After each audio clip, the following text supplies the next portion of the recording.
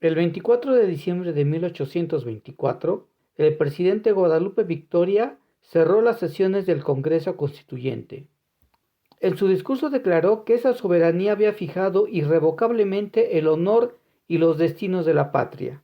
Criticó al fanatismo y la intolerancia política y las llamó hidras que multiplican su cabeza en apoyo de los malvados. Dijo que los pueblos de México y sus costumbres eran diversas, a la par de los climas de la naturaleza, del estado de los espíritus de la población y de los hábitos de las personas. Dijo que había vivido la dolorosa experiencia de ver que la reunión de poderes en una sola mano dista poco o nada de la arbitrariedad. Su discurso fue respondido por el presidente del Congreso, José de Jesús Huerta Leal, quien, analizando los logros de la Constitución, exaltó la importancia del voto para elegir a los gobernantes y representantes del país y sus estados, que constituyeron la República Federal, así como el trabajo de 14 meses de todos los participantes del Congreso. Es poco conocida la vida del presidente de ese Congreso, don José de Jesús Huerta Leal. Fue un personaje con una prolífica labor política. Nació en Santa Ana Catlán, poblado del Reino de la Nueva Galicia, el 27 de octubre de 1774. Sus padres fueron José Huerta y Catalina Leal de Ayala, que según su relación de méritos eran españoles nobles descendientes de los primeros conquistadores de América. Pero el doctor Agustín Rivera, en su obra Los Anales Mexicanos, la Reforma y el Imperio, asegura que eran de raza indígena. Ingresó al Seminario Conciliar en Guadalajara, donde fue un estudiante destacado. El 25 de abril de 1796 obtuvo en la Real Universidad de Guadalajara el grado de bachiller en artes. Después estudió teología durante 4 años. Fue bibliotecario y superintendente del mismo seminario. Se acordó que vistiera el manto y beca de colegial, dotada a expensas de la propia institución. En diciembre de 1800, el obispo Juan Cruz Ruiz de Cabañas le confirió la ordenación sacerdotal y el 18 de junio de 1802 recibió la borla doctoral. En el Seminario Conciliar fue vicerrector de 1802 a 1804 y catedrático desde el 18 de octubre de 1795. Entre los estudiantes que asistieron a sus cátedras estaban Valentín Gómez Farías, Anastasio Bustamante, Juan de Dios Cañedo, Juan Cayetano Gómez Portugal, entre otros. En noviembre de 1806, al no poder obtener la canonjía magistral de la catedral, ganó en propiedad el curato de Matehuala en San Luis Potosí, y además fue designado vicario y juez eclesiástico. Auxilió económicamente a los fieles y construyó una fuente pública. Además aportó el sueldo del profesor de primeras letras y estableció la aplicación de la vacuna antiviruela. En 1813 fue nombrado cura del Valle de Ojo Caliente en el actual estado de Zacatecas. En la epidemia de 1814 asistió a los enfermos, promovió el establecimiento de cementerios en poblaciones menores para evitar el traslado de cadáveres apestados y evitar la propagación del contagio. Se dedicó a estudiar la peste y rindió un informe circunstanciado de la epidemia a la Junta de Sanidad de la Intendencia, la que dispuso que se pusiera en práctica su método curativo.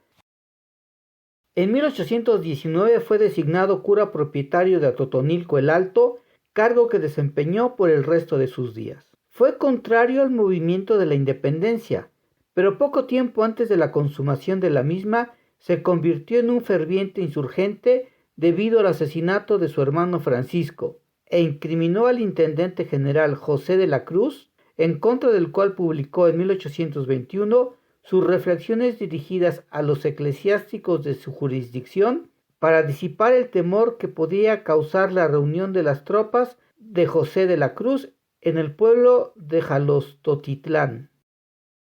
El 11 de mayo de 1821 fue electo diputado a las Cortes de Cádiz, pero la independencia de México dejó sin efecto su elección.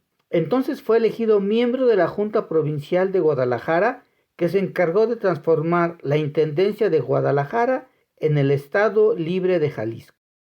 El 25 de marzo de 1822 predicó un sermón en la solemne bendición de las banderas del Regimiento de Infantería de la Milicia Nacional Local de Guadalajara, y al publicarlo lo dedicó al general Pedro Celestino Negrete. En 1823 fue electo diputado por Jalisco al Congreso Nacional Constituyente e integró la Comisión de Constitución. Propugnó por el establecimiento del federalismo, haciendo causa común con sus antiguos discípulos Valentín Gómez Farías y Juan de Dios Cañedo, y con otros elementos de ideas afines, tales como Miguel Ramos Arizpe, Crescencio Rejón y Lorenzo de Zavala. El 24 de diciembre de 1824, en su calidad de presidente del Congreso, pronunció en la sesión de clausura el discurso de respuesta al que pronunció el presidente de la República, Guadalupe Victoria. En abril de 1827, pronunció el elogio fúnebre del primer gobernador constitucional de Jalisco,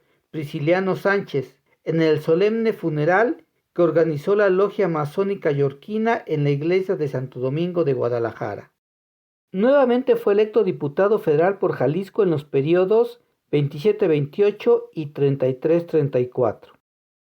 Como presidente del Congreso, en 1827 contestó el discurso del presidente Victoria en la apertura de sesiones ordinarias, y en junio de 1833 se lo contestó al presidente interino Valentín Gómez Farías, su antiguo discípulo. En ese año, Gómez Farías, al tratar de impulsar su reforma educativa, lo nombró rector del Colegio de San Juan de Letrán. Además, le propuso el cargo de abad de la entonces Colegiata de Guadalupe, pero él no aceptó y también rechazó la mitra de la diócesis de Chiapas, para lo cual propuso en su lugar a un antiguo discípulo suyo, del cual fue padrino de consagración episcopal.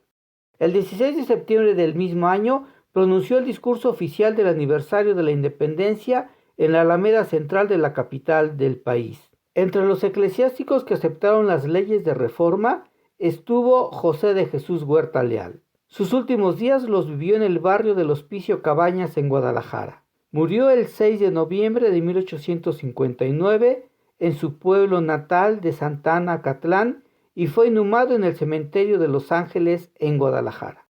Aquel 24 de diciembre de 1824 terminó el proceso que se inició una vez consumada la independencia de México el 28 de septiembre de 1821, día que se proclamó el Acta de Independencia del Imperio Mexicano, en el que se reiteraron los principios asentados en el Plan de Iguala, así como en los tratados de Córdoba.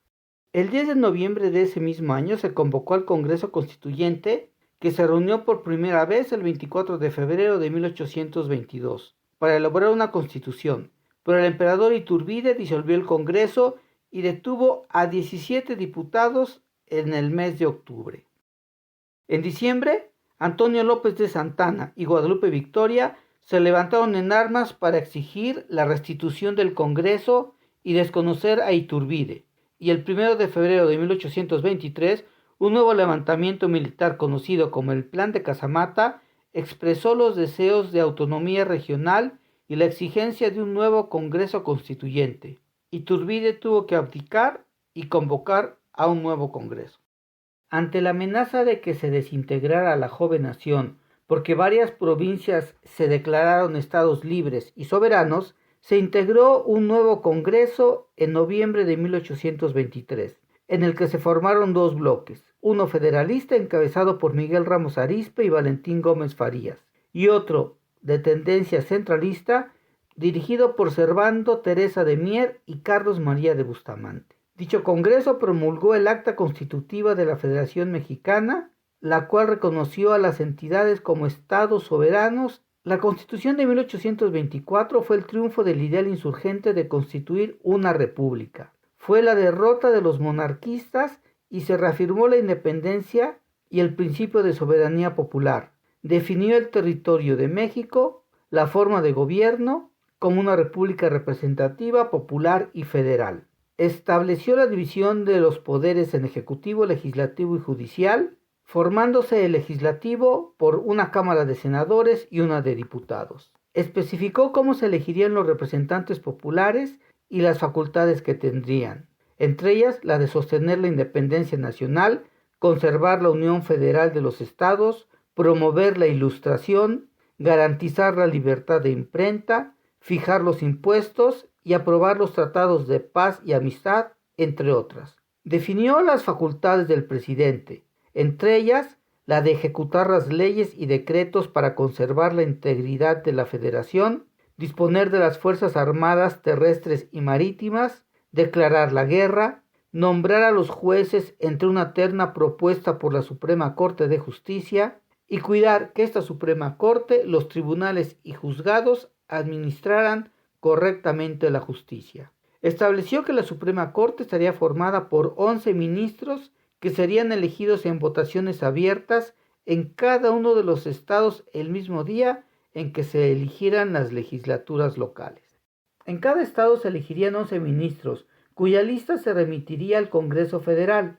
Los diputados harían el cómputo resultando electos quienes obtuvieran el mayor número de votos del número total de las legislaturas. La Constitución también fijó las obligaciones de los estados de la Federación, entre ellas la de guardar y hacer guardar la Constitución y las leyes generales de la Federación, y estableció principios republicanos y democráticos que siguen vigentes. Garantizó la independencia, la libertad, la República Federal, la división de poderes, la libertad de imprenta, principios enarbolados por la generación de hombres y mujeres que hicieron la independencia de México. Rápidamente la nación empezó a obtener logros y reconocimientos. El 4 de enero de 1825, el gobierno de la Gran Bretaña reconoció la independencia de México ante el peligro que representaba la Santa Alianza, las presiones políticas, sociales y económicas sobre México y el temor de que España intentara una reconquista y de la doctrina Monroe de Estados Unidos. Los comerciantes ingleses empezaban a llegar al país. El primer ministro Canning simpatizaba con las nuevas naciones americanas, pero el problema era que Gran Bretaña tenía relaciones con la Santa Alianza y con España. La firma del tratado fue hasta el 6 de abril, cuando se convino que los ingleses podrían asistir de manera privada a sus ritos religiosos, que se considerarían mexicanos los barcos que tuvieran 3/4 partes de la tripulación nacional y que México no intentaría independizar a Cuba. Otro logro fue que el 15 de marzo de 1825 desapareció la Audiencia de México y se instaló la Corte Suprema de Justicia de la Nación. Era la encargada de resolver las apelaciones y demás recursos ordinarios, así como de administrar justicia en la capital. Los tribunales de circuito lo harían en los territorios federales conforme a los artículos 123 y 124 de la misma Constitución. La Corte se localizaba físicamente en la esquina noroeste del actual Palacio Nacional, que da a las calles antes nombradas de Flamencos y Arzobispado. Se habían elegido a los ministros y al fiscal de la Corte Suprema: Miguel Domínguez, esposo de doña Josefa, José Isidro Yáñez, Manuel de la Peña y Peña, Juan José Flores Alatorre, Pedro Vélez, Juan Gómez Navarrete, Juan Ignacio Godoy, Francisco Antonio Terrazo, José Joaquín Avilés y Quirós, Antonio Méndez y Juan Ras y Guzmán. El entusiasmo y patriotismo de Guadalupe Victoria y de José de Jesús Huerta Leal siguen siendo admirables aún después de 200 años. Esto fue Los Hechos de la Historia. Yo soy Manuel Palomino.